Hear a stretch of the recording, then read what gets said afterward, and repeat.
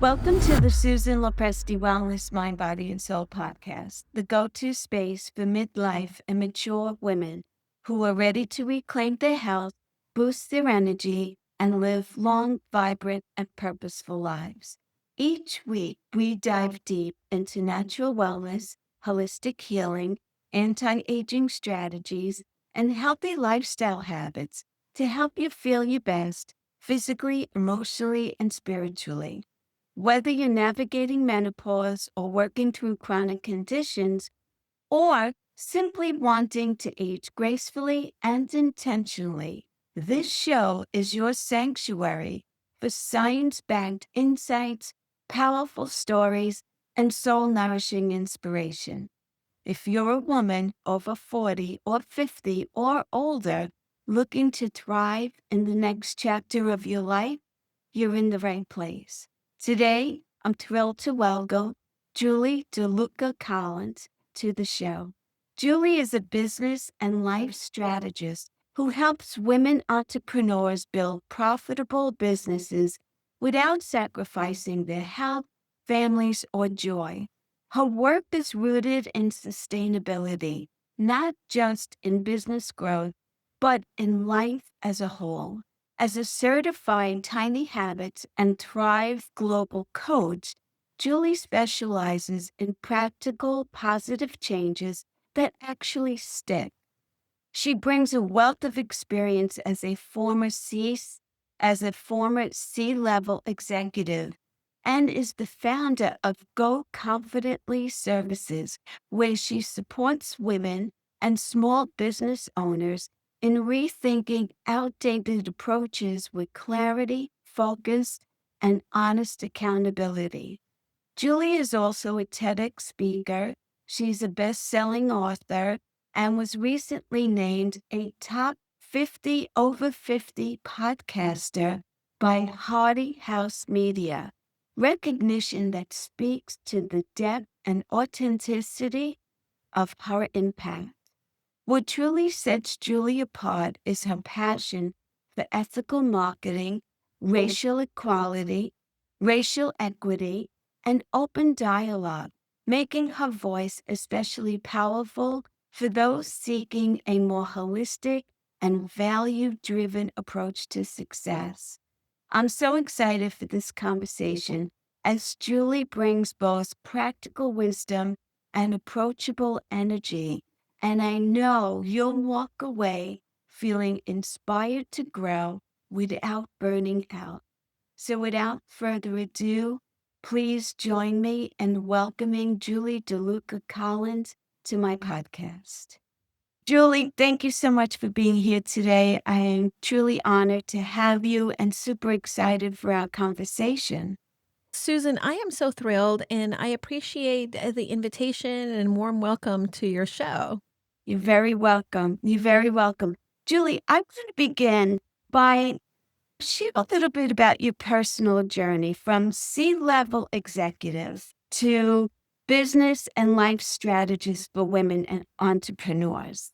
Tell us about that. It definitely is something that I look back at the journey. It's going to be 6 years since I have been in this full time entrepreneurship journey. I will like to say that I began my entrepreneurship journey when I was 12 and created my own little side hustle. And I've always had that inkling inside of me that I wanted to do my own thing. But of course, went the traditional route.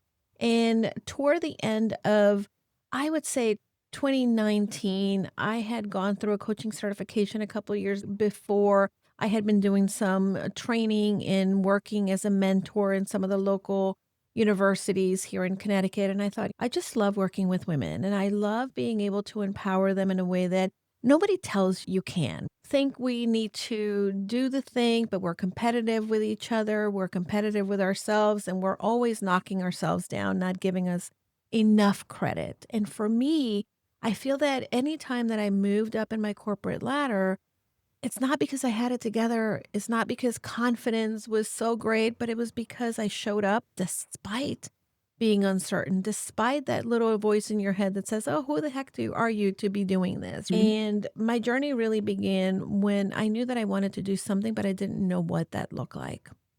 And I put that on the side and decided, let me continue to plug along in my job and I'll make the plan. I'll make the plan to take the next step. Maybe when I retired or I leave this job, I'll do something on the side. And in 2020, we had a global pandemic, and the organization that I worked with is an educational company. So when schools shut down, all of our contracts went away. And the CEO and the executive team, we made the decision that two of us were going to accept a separation package. So I took a separation package, and it was really, I wasn't apprehensive to take it. I was in some ways grieving, obviously, the life that I was leaving behind, but excited at the opportunity to be able to define what this new chapter was going to look like for me. And despite the fact that I didn't know specifically the clearer picture, the overall mission and vision that I had was that I was going to support women in gaining the confidence, creating the structure and habits, right, that helps us gain the, I would say, the evidence that helps us to know that we're doing the thing and builds our confidence. And that's when I launched Go Confidently Services. And I really love to be able to sit and be a support system for women, whether they're entrepreneurs or individuals in the corporate environment who are maybe trying to figure out what their next chapter is. And out of the blue, something interesting happened. I was turning 50 that same year that I got laid off, Susan. And I was planning a big birthday party for myself and thought, oh, this pandemic thing is only a couple of weeks. And by April, I will have my big birthday party. But my husband saw the writing on the wall and he said, you've talked about starting a podcast for a long time. I got you podcast equipment so you can start a podcast. And the first thought I had was like, oh, this is fun. But wait a minute. I don't know if I can do this, right? Because that's the first thing that comes into our brain is, can I? How do I? And he said, don't worry about the tech. I will do the tech. You do the talking. And that's how our podcast, Casa de Confidence, was born. And what started as a passion project with my husband has become an integral part of not only the business, but also the way in which we help entrepreneurs and individuals, thought leaders. And he really has been such an incredible ride and adventure because what started as a vision and mission that I was really confident that I wanted to go after has really evolved into something that I can tangibly see the difference, right? When we worked with clients, whether it's in building their business, helping them take away all the overwhelming things that come with business ownership and allow them to do what they do best. It's such a rewarding experience for us to know that that client in turn is creating a difference in the lives of the people around them. So that's what my entrepreneur journey is like. So you speak often about building business sustainably. What does sustainable success really mean to you? Yeah, sustainable success is something that can be replicatable. And I think many entrepreneurs unfortunately suffer from what it's often referred as the feast and famine or the roller coaster ride. A sustainable business is a business that has offers, that has products or services that they have, and they have a continued growth or have consistent income coming in that not only allows the entrepreneur or business owner to pay themselves, but it also may be creating an impact by hiring other people. And it's also serving the individuals that are purchasing their services or collaborating with them and creating an impact in the lives of people that need that business, the services or products that the business has. So that to me is sustainability, but many entrepreneurs don't have a plan. And I often tell them that without a plan is trying to navigate to an unknown without a GPS. I may be able to say, Susan, I'm going to go to California today. And I can get on the road and try to figure out how to get to California from Connecticut. And I'm sure I will make my way there. But the GPS tells me the best route. It tells me if there's construction, if there's traffic, and where the good places to stop for gas or maybe to sleep could be. And that's really what the plan for an entrepreneur is, that GPS, because we know the destination. We know what we have in mind. But the how, the what do you do day to day, that's really where the sustainability needs to come in. Yeah, absolutely. So why do so many women feel like they need to sacrifice their well-being to grow a profitable business? Isn't there a healthy balance that we could find? Yeah. Such a good question. I think that I am in a good place to answer this today. I have a client that hired me, and I love the work that I'm doing for this client. It's a nonprofit organization, and this woman is running some incredible work here in Connecticut, but she needed some of the support. And I decided to really go all in this project for her. And really, I thought I need to get this done. And because in my brain, I want to please, I want to make her happy, I want to support her, all of the things that we as women want to do, right? Yes. And in putting her organization, their needs, their everything, then I tend to forget my needs, right? Is it sustainable for me to work 24/7? It's not.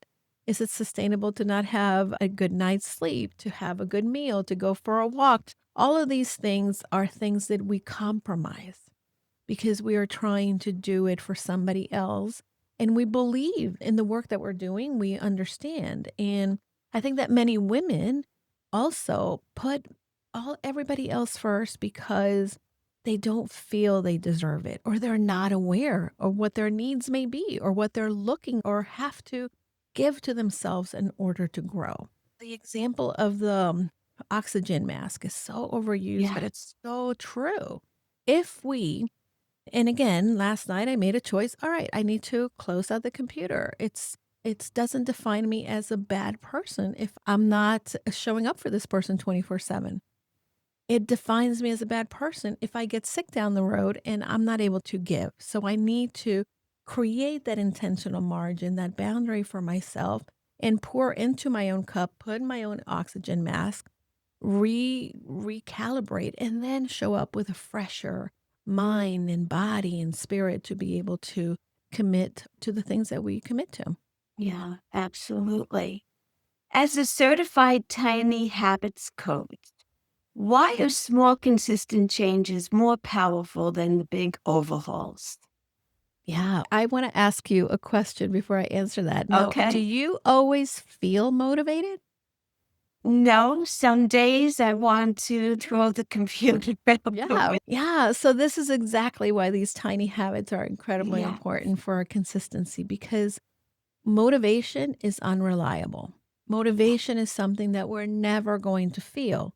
Now, when it comes to habits, the habits of maybe going to the gym every day are great and they're phenomenal. However, when motivation leaves you, if you're trying to create a new habit, or when things get hard, or when life happens, right? Even though we may have a good intention, the motivation is going to leave, and then we're going to not do the habit. So then it's very difficult to create that neural pathway that creates that new habit and then cements the habit into your life. Yeah. So the thing that we must do is we can still do the thing, but we need to start small. Because if you create an action that it's so small that you think, oh, you know what? I don't have to, it's not about going to the gym every day. It's about putting my gym shoes every day. And if I go for a walk, it's a bonus. But my goal is always to start small and to at least put my gym shoes on, right? And then this way you get into the habit of doing it. And the more that you get into the habit, you're like, you know what? I have my gym shoes on. I might as well go for a walk. And this is how you begin to implement that. Now, here's the anatomy of a habit. It's A, B, C. There's an action, there's a behavior, and then there's a celebration. And in order for you to create a habit, you are going to then need to marry the new behavior that you want to have to the existing action. So, for instance, for me, I get up out of bed in the morning. What is the action? I get up out of bed. The behavior that I want to do is I want to be a little more fit. And I start by putting my gym shoes on. And my gym shoes are next to the bed. So when I get up in the morning, I'm going to trip over the shoes if I don't put them on, right?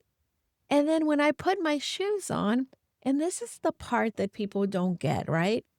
When we create a habit, we are creating a new identity for ourselves. And the way that we create that identity is by celebrating that we did the action. So as soon as I put my shoes on, I say, "Oh, good job, Julie. You're a girl who puts her shoes on and goes for a walk and it's fit." But I celebrate the small, tiny action. And then by celebrating it, then your brain says, "Oh, I feel good every time she puts her shoes on." So then your brain starts to create that automation, start habitual behaviors by going big. And if your brain is not used to doing something, you're going to be relying on motivation. And like we said, motivation is not reliable. But how does a woman stay consistent because other things get in the way? I'm speaking for myself personally. Yep. I always have great intentions. Sometimes I go to bed at night and I say, when I wake up tomorrow morning, I'm going to do this, that, and then something happens and all those intentions are out the window. So, how do we stay consistent? Yeah, though consistency only comes when the behavior is so small. And this is why a lot of times I hear from clients, "Oh, but if it's so small, it doesn't count. It doesn't." And that's really where we go wrong, right? When we try to do too much, our brain goes into overwhelm and our brain then decides, "Oh my gosh, I have all this going on and now it's raining outside and the dog needs to this and whatever." Life starts to happen. And then whatever it is that we decide becomes lower in the priority. But if we create those actions that are so small that I will tell you one of the things that one of my tiny habits, and this is another one that I teach my clients, is when I come to my desk, I have a lot of things that I want to accomplish as Mhm. an entrepreneur. And I'm going to write that newsletter. I'm going to outreach to these people. I'm going to write the podcast. And sometimes maybe I'm not writing as consistently as I want. So, one of the things that I do that has created and helped me create the habit is when I come to my desk, is the first thing that I do is I don't start writing, I don't start checking email, but I open a blank piece of paper and I say, what is the one thing that if I do today, I will be proud of myself for doing it? What? Just the one thing. Yeah. Now, does it mean that I am going to jump into doing it? No, my goal is to just remind myself of what is it that will make me feel proud of myself at the end of the day. And after I write it, then I can decide, oh, should I start working on it? Can I jump into it? Or, okay, I needed to, this is the one thing that I want to do today. Where in my calendar can I fit that? But really, the goal is not that you're going to do that thing because life can get in the way. You can decide, you know what, in the afternoon, I can go for a walk this afternoon. But if your intention is that you're going to remind yourself of what's important and what you want to accomplish, and that's all you're trying to accomplish, you will be successful because that's the first thing that you did in the morning and you, oh, check, I was going for that little thing and I did it. The same thing to think about, and this is often as a tiny habits coach and the tiny habit coach community uses this example.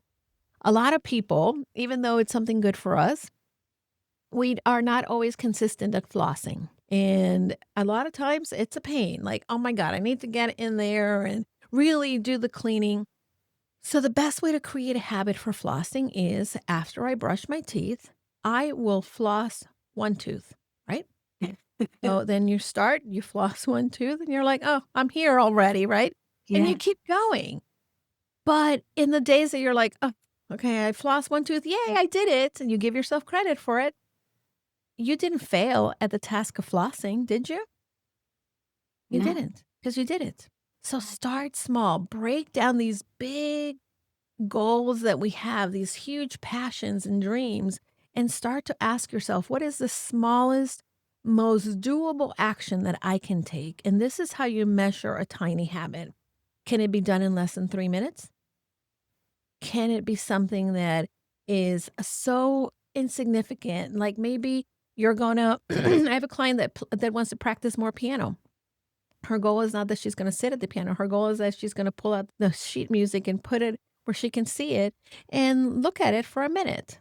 Now, guess what? When she does that every day, On the days that she sits down and plays for maybe an hour, it's great, and that's the bonus. But she's still a girl that sits at her piano every day. And creating that identity helps you embody more. And habits are like the plants, the beautiful plants behind you. They need to have the space, the right environment. When we don't create the right environment for a habit to grow, then it's very difficult for it to have roots, to take roots, and then to grow up and around you. Yeah, that's great advice. I love that. Simple little steps. How can women lead with confidence without feeling that they need to hustle or to always be proving themselves? Yeah, I think that this goes back to something, it's something that we probably all heard. If there is a job posting, a man can maybe meet 40 to 60% of the requirements in that job posting and they will apply. If there's a job posting, in the same job posting, a woman can be 90% hitting the mark with what is required for that job. And they will second guess themselves. That's the reality of women. We don't give ourselves credit for what we can become or what we can do. And the other piece of it is that we always believe that when we are going to lead, when we're going to jump into whatever role it is, we have to have it together. And that's a misconception. Everyone in this earth, when we start something new, is going to start as a beginner. And having the beginner mindset is incredibly important for us to then be able to create the momentum and show up in these areas of life. Many women believe that when I show up in that promotion, I need to have it all together. Or when I am going to volunteer, I need to know how to do the volunteer work. Or if I'm going to run for office, that I need to have that experience. You gain the experience by doing it. But you have to take that first imperfect step and you have to give yourself the permission to be imperfect, to be beginner in practice, because through the practice, you're gaining the evidence that you're learning, that you're getting better. You're also, hopefully, and most unavoidably, you're going to have a failure along the way. And that failure will teach you so much more than anything else can teach you. And from that gift of learning from our mistakes, you're going to find that you can show up and do it better and then keep going and build a momentum for yourself. Yeah. But do you feel that women, they don't have the confidence because they feel inferior to a man or less I than? think that there is that possibility. And I think that for some women, they grew up in very traditional homes. They grew up in Yeah. homes in which the father is the one who did everything for the household, brought in the paycheck, took care of everyone. And they saw the role that they saw was relegated to maybe a wife that kept the home, but really deferred to her husband. And then there's nothing wrong with that. However, there's also women. I grew up in a household where I had a single mom, and my mom had to compete, had to be in the same places as men and show up. And I think that yes, our world is always going to give more opportunities to men, hands down. It is how our society is set up. But the reality is that the more that we see women doing it, the more that representation is going to give us the ability to say, why, wait a minute, that lady did that. It's possible for that lady. It's possible for me. Yeah. I don't know if you're familiar with Diana Nyad, the swimmer, and I don't know if I'm saying her name incorrectly, but Mm. she holds one of the world records, and she swam from Miami to Cuba on Oh, her own. And she was probably in her 60s. And when she did that, I remember thinking, a friend of mine actually invited me. She said, hey, I'm going to be doing a triathlon. I think you should do that with me. And I thought, a triathlon? I am not an athlete. And of course, the picture that I have in my brain is this very buff, fit guy doing a hardcore triathlon and in his bike with that face very concentrated. And I thought, I could never do that. And I learned how to swim, but I can barely do the doggy paddle. And then I saw Diana do the swim. And I thought, you know what? I'm sure she didn't just wake up one morning and decide, right, that she was going to swim. she decided that she was going to practice, that she was going to get better. And I said, you know what? I'm going to sign up. And I signed up. And that meant that I had to go to the gym to go practice my swimming, and I had to get better on the bike, and I had to do some walking and walk, run. Now, this triathlon that I did, it's a women's triathlon, but certainly my brain immediately went to second guessing myself everywhere along the line, from the moment that I signed up to the moment that I crossed the finish line. Wow. But what we have to do is we have to not push away and try to push away the thoughts of I'm not good enough or who am I to think that. We cannot push those thoughts away, Susan. We have to be aware that the thoughts are there. Yeah. We have to say, ooh, I am telling myself a story that I'm not good enough. I'm telling myself a story that I'm not a good enough swimmer. Now, here's a little anecdote from the triathlon.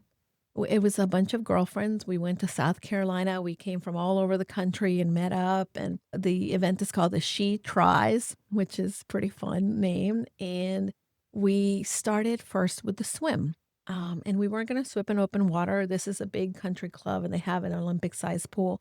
And basically, you would swim, I don't know, the 200 yards in the pool, right? And I like I said, I know how to swim. I learned how to swim later in life, but I didn't think that I was a great swimmer. And now when you signed up for the triathlon, they asked you to rate yourself in a scale from 1 to 10. Where are you as a swimmer?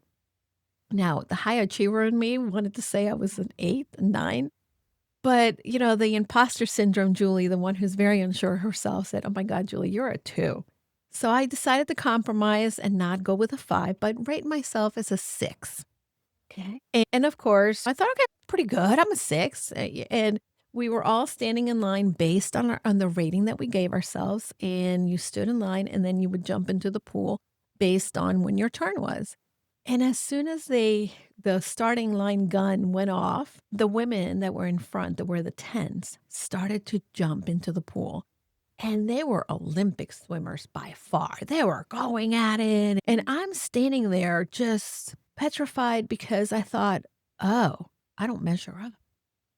Oh my gosh, what am I doing here? What was I thinking? And my girlfriend said, snap out of it. Those are the Olympic swimmers.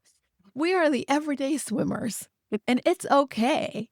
And it puts it into perspective. Yeah. Could I become an 8, a 7, an 8, a 9? Absolutely. If I were putting in the time, if I were putting in the reps. But and maybe I'm a 7 today, but we really have to become content and satisfied to swim in our own lane. Because every time, and I will tell you, even throughout the competition, I jumped in the pool, I'm doing my swimming and I'm going along. And then all of a sudden, I looked over to both sides and started to look at the swimmers next to me. As soon as I started to look at what they were doing, as soon as I started to say, oh, they're going faster than me. Oh, wait, then that took my attention away from what I was doing and Yeah. it slowed me down. And that happens in our life all the time. We're comparing, we're despairing over the comparison, and that takes us away from our own lane. If we stay in our own lane, if we still stay focused, see where we're going, that direction, then we can hone in our skills and we can become better. Then we can and celebrate where you are in those skills. Because I certainly might have been a 6, but there were people who were a 1, a 2, a 3. And those people are seeing you saying, I want to be a 6. And that's what we have to continue to do. Yes, absolutely. I love that. It's a mindset. It really is. Absolutely. You have to have that mindset and stop feeling inferior. And a lot of women, for whatever reason, they feel inferior to other people or to men, and we need to get on the same page with them. That's my personal opinion. No, absolutely, absolutely. And I think that Yes. for so many of us, right, again, like into your question, is yes, we see men and we compare and despair when it comes to seeing what men can do. And we think, who am I to do it? You don't have to do it like them. You don't have to do it like a man. You can do it as a woman and as a leader. For instance, women CEOs come in with so much more empathy. They come in with so much more of gifts that sometimes men don't have, but that make them better leaders. And we have to Absolutely. really be able to step up into that role. Yes. Yes. Let's switch gears for a little bit. I want to talk about ethical marketing and authentic growth. Oh, You're that's good. passionate about that. What does that look like in practice? I think that we live in a very noisy world, Susan. Everywhere we turn around, there are going to be ads, whether it's social Yeah. media or whether we're out in the world going to dinner. There's going to be that. And ethical marketing is the thing that most people don't really talk about. But some of these practices are really the ones where promoting products or services with honesty, with transparency and responsibility as well. Honesty and transparency, for instance, is the communication about the features of the product, the ingredients within a product, or the process that it takes to do something. Or also, ethical marketing could be the fairness of the integrity and the accountability that we have for what we are offering. A Mhm. lot of people, when it comes to truth in advertising, they're making a lot of claims about benefits, about pricing, about ingredients that maybe they're making it sound better than it is. Ethical Mhm. marketing is knowing, right, that when we speak what we do, when we share what it is, and we are upfront and honest, we're going to build long term trust with our customers. We're going to get loyalty. We're also going to protect our reputation of our brand. I have to say, I purchased this sleeping. They don't have chamomile, but they have another herb. Forget what it is that is for sleeping. And I purchased these, and they were great. Every time that the menopause mind wants to keep me awake, I take my little sleeping gummy and I go to sleep. And there was a company that was advertising that, "Oh my goodness, we do this and they're so great." And I said, "You know what? I'm gonna order them." And they were terrible. They were terrible. And they said it's fresh. And then when I went to read the ingredients, nothing that they talked about in the ad was actually in the ingredients. And I thought, huh, okay. Now I got them because they were new, they were fancy, and they were also saying, "Oh, you get all of this at a better price." And I thought, "Okay, why not? They're $10 less. I'll try them." But just because I was getting a lesser product doesn't mean that I was getting what they said they were providing. And the same thing, I see this a lot with clients who have service-based businesses. They're sometimes afraid to share what they do because they're afraid that someone is going to think that they're not good enough, or they're afraid of putting their pricing up front or sharing that because they are afraid of people thinking they're too expensive or too inexpensive, whatever it might be, right? Yeah. But the reality is that if we're upfront and honest and share, this is what it costs. It's not because, and we can get into a lot of theoreticals when it comes to selling, right? And all of the things that, again, imposter syndrome creeps up when it comes to selling. But our value is designed for the person that needs us. And there are going to be people that say, that's too expensive, or people that are going to say, oh, this is too inexpensive. But the people who believe in you, the people who resonate with who you are, your message, and your brand are going to be okay with what you're offering at the price that you're offering it. Yeah. But how do you come across authentically without feeling very salesy or misaligned? Where's the line between that? Yeah. So I think that for me, when it comes to selling, I don't view selling as, ooh, I'm going to try to get what I can from the customer, right? Or from this person. I view selling as a relationship. I don't sell, I create relationships with people. Okay. And I create value, and I know exactly the value that I bring to the table. I know exactly the results that people that have worked with me have been able to receive. For instance, we have clients that have a podcast that were struggling with doing all of the things in the background for the podcast, and then they would have to do the edit, and then they had to do the social media promotion, and they still were getting maybe 10 downloads, 20 downloads per episode. And I am quite confident. We have actually a podcast that started working with us 6 months ago. And in looking at their numbers, I knew we were going to be able to help them not only streamline their processes, create a better product that they were putting out as far as the sound of their show, but I knew also that we were going to be able to create a growth strategy. And they have grown almost 50%, and actually more than that. It's probably more like a 68% right now. But I knew when I started working with them that it was going to be a little more investment in their part from what they were paying. Yes, but I was also confident in my ability. I also created a relationship with a person. It was about what value am I bringing to them and how will that impact this business by the value that I'm bringing them. And many women, especially when it comes to selling, they feel that they need to be fancy, put on all the right messages, and oh my gosh, I better tell them how great it's going to be. But people are going to buy because they have a need or they want to feel a certain way. And if you can either deliver on the need because someone may be struggling with that and then you're coming with their solution, it's value to them.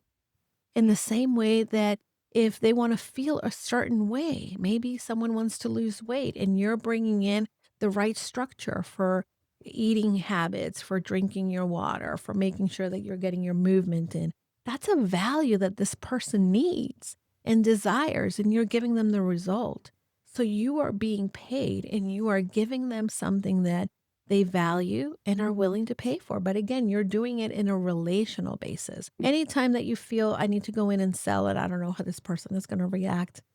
You don't have to, 9 times out of 10, I don't typically go out and try to get people to buy from me.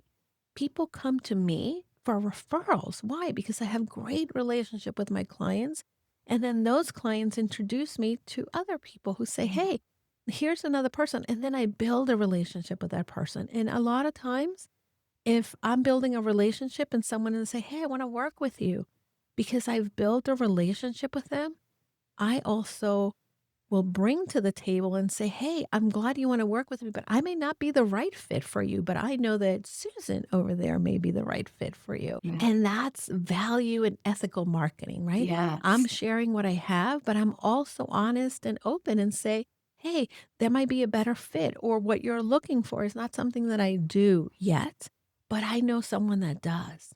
And when we create this environment of collaboration, then people feel more at ease with what you have. And guess what?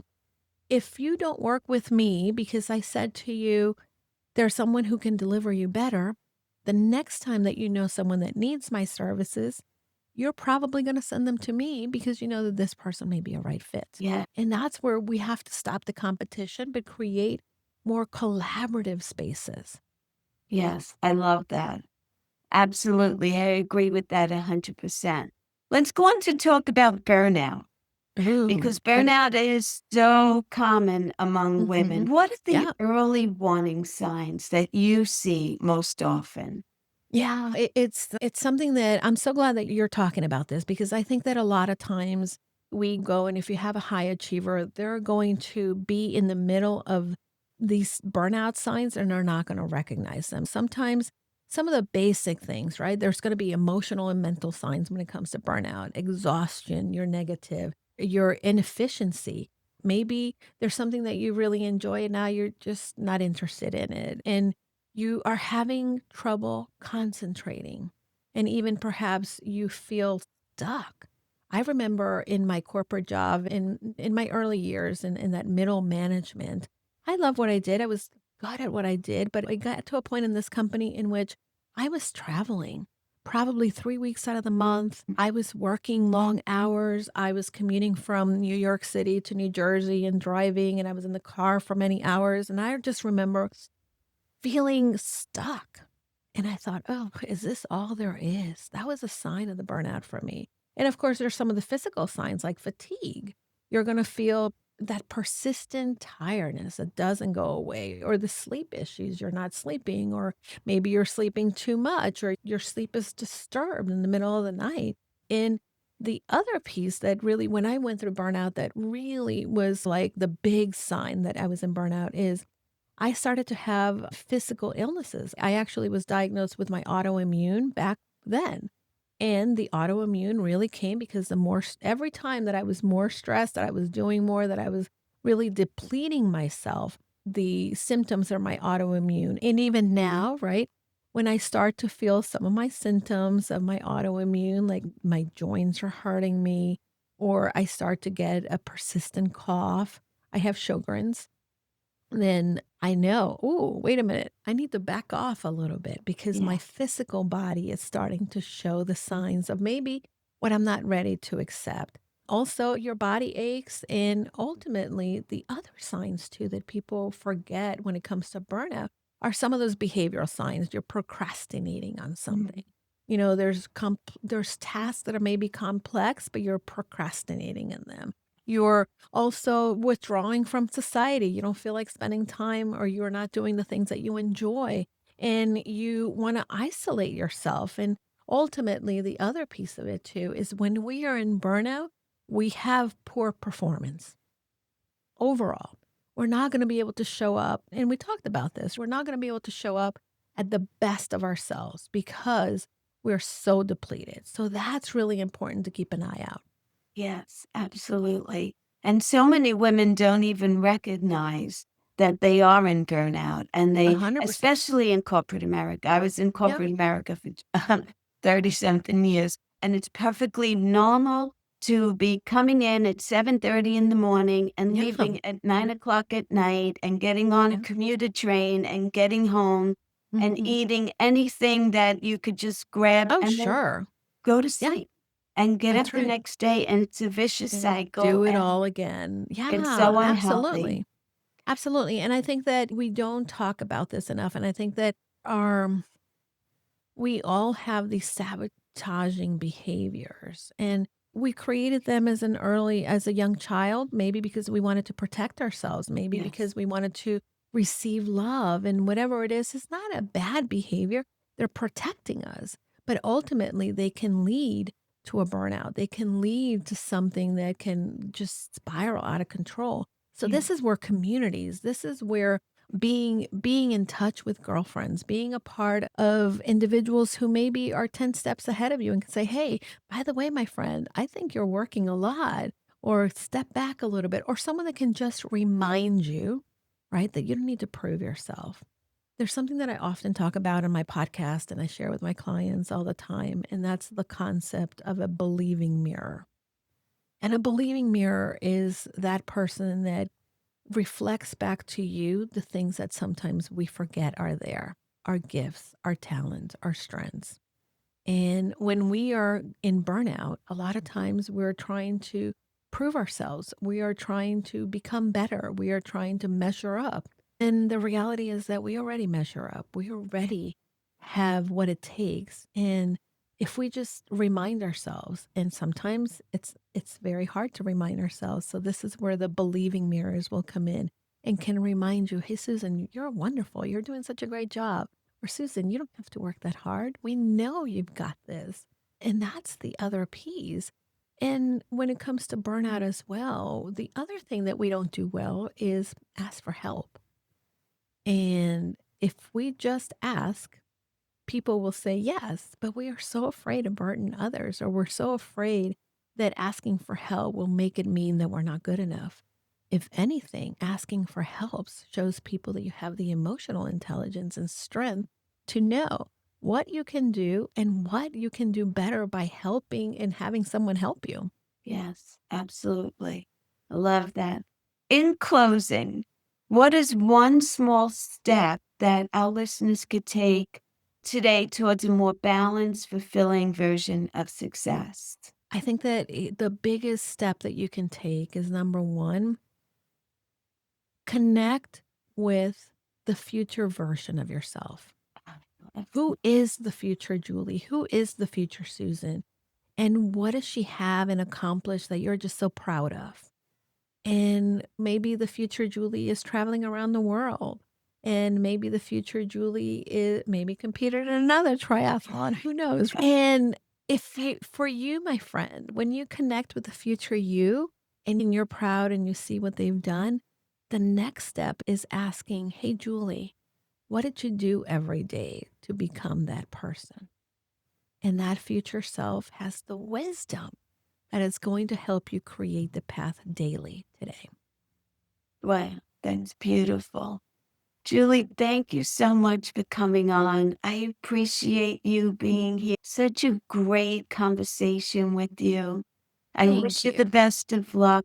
Where can my viewers find you? And I'll Absolutely. also put it in the show notes. Absolutely. Thank you, Susan. What an incredible platform you have. And thank you so much for inviting me. I've had such a fun time Yes, chatting me with too. you and getting to know more about your listeners and you. Simple enough. I'm Julie DeLucca-Collins everywhere on the interwebs, but my website where you can find all my best resources. I have tons of free resources and guides and anything, Julie. And you can also learn about my books there. The website is goconfidentlycoaching.com. Okay. I'll put all of that in the show notes. Terrific. Thank you, Terrific. Julie, very much for Thank being here. you. All I, right, Susan. I oh, appreciate you. you're welcome. As we wrap up today's conversation, I hope you're walking away with a renewed sense of permission to grow your dreams without sacrificing your health, your values, or your joy. Julie reminded us that success doesn't have to be built on burnout. It can be through small, intentional choices, honest accountability, and deep respect for who we are and the season of life that we're in. If today's episode resonated with you, I encourage you to connect with Julie DeLucca-Collins, explore her work, and continue this conversation around sustainable success and authentic growth. You'll find her information in the show notes. And if you found value in this episode, please take a moment to subscribe, leave a review, and share it with a woman who may need this reminder that she doesn't have to do it all or do it alone. Thank you for spending time with me on Susan LoPresti Wellness, Mind, Body, and Soul. Until the next time, honor your path, trust your wisdom, and remember, success nurtures the mind, the body, and the soul. Have a great day.